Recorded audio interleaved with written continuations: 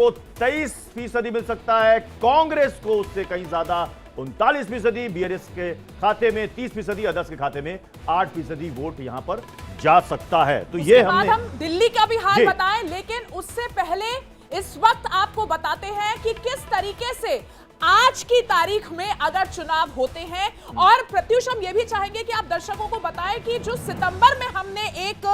पूरा सर्वे कराया था, सितंबर से दिसंबर तक में तस्वीर कितनी बदली। देखिए 3 महीनों के दौरान हमने एक सितंबर में एक सर्वे कराया था,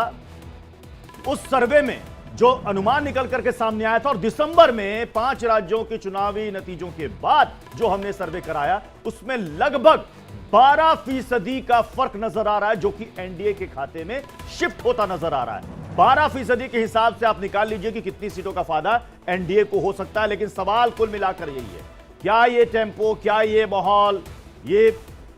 बीजेपी एनडीए इसको बरकरार रख पाएगी? मैं पॉलिटिकल मेहमानों का रुख करूं उससे पहले रामकृपाल सर,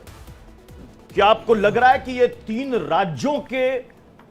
नतीजों का इतना बड़ा असर है? मोदी की गारंटी, ये आजकल हर बीजेपी कार्यकर्ता और नेताओं की जुबान पर है, उसका असर है। क्या है ये जो 10 से 12% का वोट स्विंग हम देख रहे हैं, जो कि आज की तारीख में चुनाव हुए तो बीजेपी के खाते में जा सकता है? देखिए, ये निश्चित रूप से बीजेपी की जो नीतियां रही हैं, मैं मोदी की नीतियां तो नहीं कहूँगा, मैं इसको पार्टी की नीतियां ही कहूँगा, लेकिन बीजेपी की लीडर, मोदी जी की लीडरशिप में बीजेपी की जो नीतियां रही हैं, वो 2014 से जो लोगों ने भरोसा किया था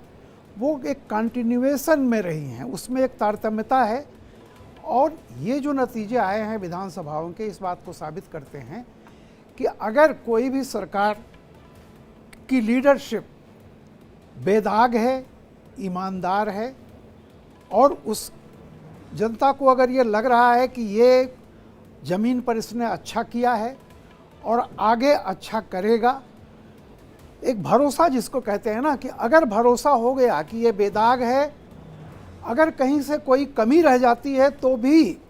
ये आदमी इसके इलविल नहीं रहा होगा, कोई मन में किसी तरह का, मतलब ये राष्ट्र हित में, जनता के हित में ही फैसला किया होगा, हो सकता है कि वो ठीक ना हो पाया हो। तो ये जो भरोसा अगर आप देखेंगे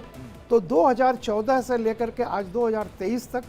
लगातार उसमें बढ़ोतरी हुई है। और जो आंकड़े अभी आप दिखा रहे थे, इसमें रिमार्केबल चीज़ एक देखिए कि जो अमित शाह कह रहे थे कि हमारा विक्ट्री का जो परसेंटेज है वोट, वो 50% से ऊपर, हमारा 50% लक्ष्य है। आप तीनों राज्यों में देखिएगा तो 50% से ऊपर जाता दिख रहा है। तो मुझे तो आपके आंकड़े बिल्कुल सही लग रहे हैं, उसी दिशा में लग रहे हैं।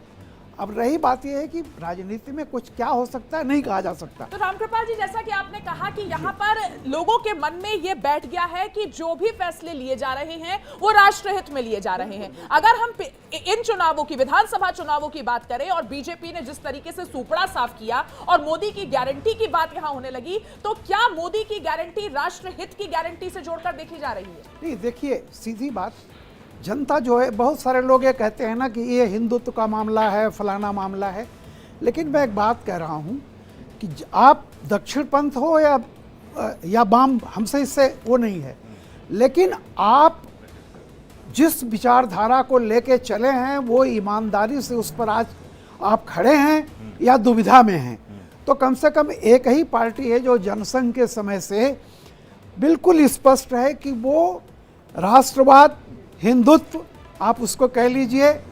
अपनी कल्चरल आइडेंटिटी को मेंटेन करते हुए वो आगे बढ़ रही है।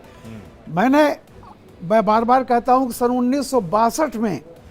ये जनसंघ का नारा था, हर हाथ को काम, हर खेत को पानी, घर घर में दीपक, जनसंघ की निशानी। यानी कहना यह है कि